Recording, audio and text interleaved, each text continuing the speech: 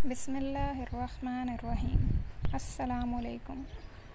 کیا آپ جانتے ہیں کہ اللہ تعالیٰ نے حضرات صحابہ کرام کا امتحان لیا تھا جب کہ وہ حالت احرام میں تھے؟ حج اور عمرہ کے احرام کی حالت میں شکار ممنوع ہوتا ہے۔ امتحان اس طرح ہوا کہ شکار کو ان کے اتنے قریب تک پہنچا دیا گیا کہ اگر ان میں سے کوئی اسلحہ کے بغیر ہاتھ سے شکار پکڑنا چاہے تو پکڑ سکے۔ قرآن میں ہے، اے ایمان والو، اللہ تمہیں شکار کے کچھ جانوروں کے ذریعے ضرور آزمائے گا جن کو تم اور تمہارے ساتھی ہاتھ سے پکڑ سکو گے، تاکہ وہ یہ جان لے کہ کون ہے جو اس کو دیکھے بغیر بھی اس سے ڈرتا ہے۔ پھر جو شخص اس کے بعد بھی حد سے تجاوز کرے گا وہ دردناک سزا کا مستحق ہوگا۔ اس زمانے میں بھی ایسا ہی امتحان بکثرت پیش آ رہا ہے، البتہ اس کا انداز اور طریقہ قدرے مختلف ہے۔ وہ کیا ہے اور کیسے ہے، آئیے آج کی ویڈیو میں ملاحظہ کرتے ہیں کہ مسلمان آج کے دور میں کس چیز سے آزمائے جا رہے ہیں۔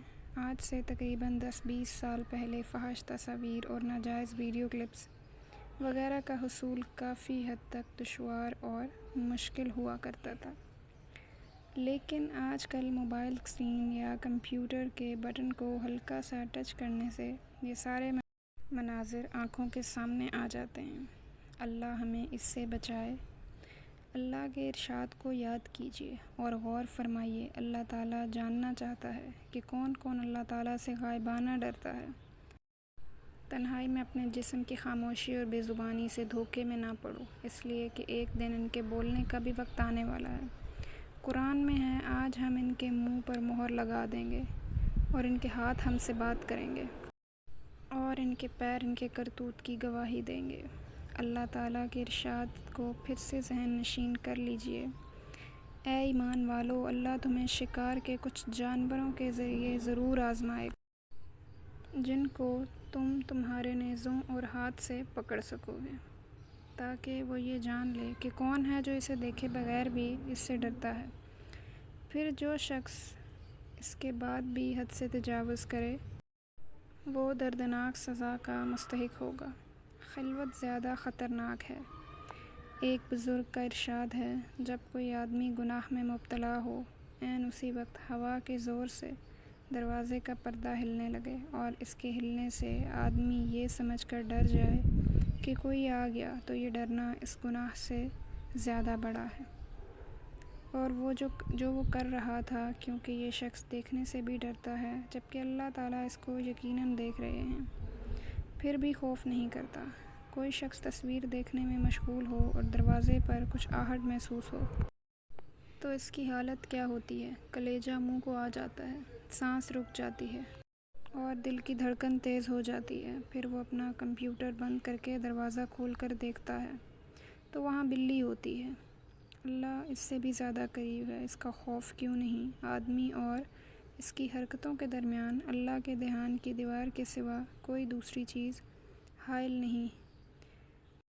علامہ شنقیطی رحمۃ اللہ علیہ فرماتے ہیں، تمام علماء کا اس بات پر اتفاق ہے کہ اللہ تعالیٰ نے مراقبہ یعنی اللہ کے دھیان سے بڑھ کر کوئی اور اس سے بڑی کوئی چیز ڈرانے والی زمین پر نہیں اتاری۔ بس جس نے اس مراقبے کی دیوار کو اٹھا دیا، اس نے بڑی جسارت کا مظاہرہ کیا، اور اللہ کو جسارت دکھلانا بڑی خطرناک چیز ہے۔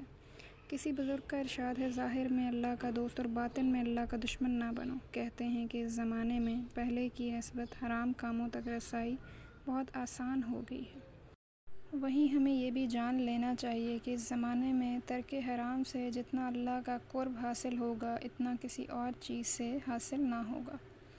تنہائی اور خلوت کے گناہوں سے بچو، بطور خاص اہل خانہ کی غیر موجودگی میں موبائل، کمپیوٹر اور ٹیلی ویژن کے گناہوں سے، اس لیے کہ خلوت کے گناہ ایمان کی راہ سے ڈگمگا دیتے ہیں اور ثابت قدم کو نقصان پہنچاتے ہیں۔ تنہائی کی عبادت کو پکڑو۔ اگر تم زندگی کی آخری سانس تک ایمان پر جمے رہنا چاہتے ہو تو خلوت مراقبہ یعنی اللہ کے دھیان کو لازم پکڑ لو۔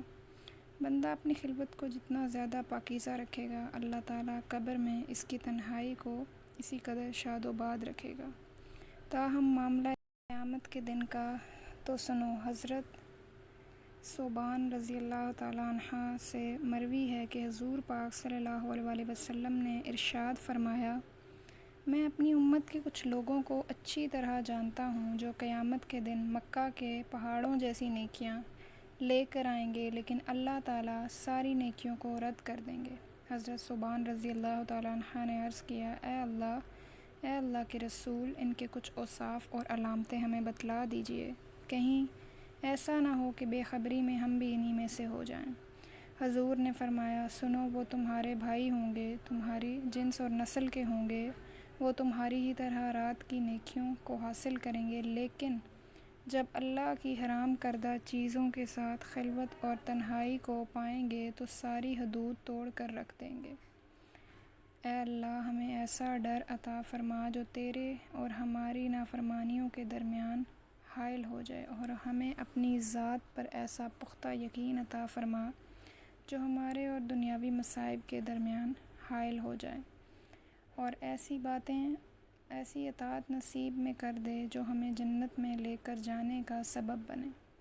ہمارا معاشرہ اسمارٹ فون کا عادی ہو چکا ہے، جس کی وجہ سے ہمیں اکثر اپنے ارد گرد کی چیزوں کو بھی نظر انداز کر دیتے ہیں، بلکہ یوں کہنا چاہیے کہ اب تو اکثر ہی آس پاس دیکھے بغیر ہی ہم اپنی گردن اسکرین پر جھکائے نظر آتے ہیں۔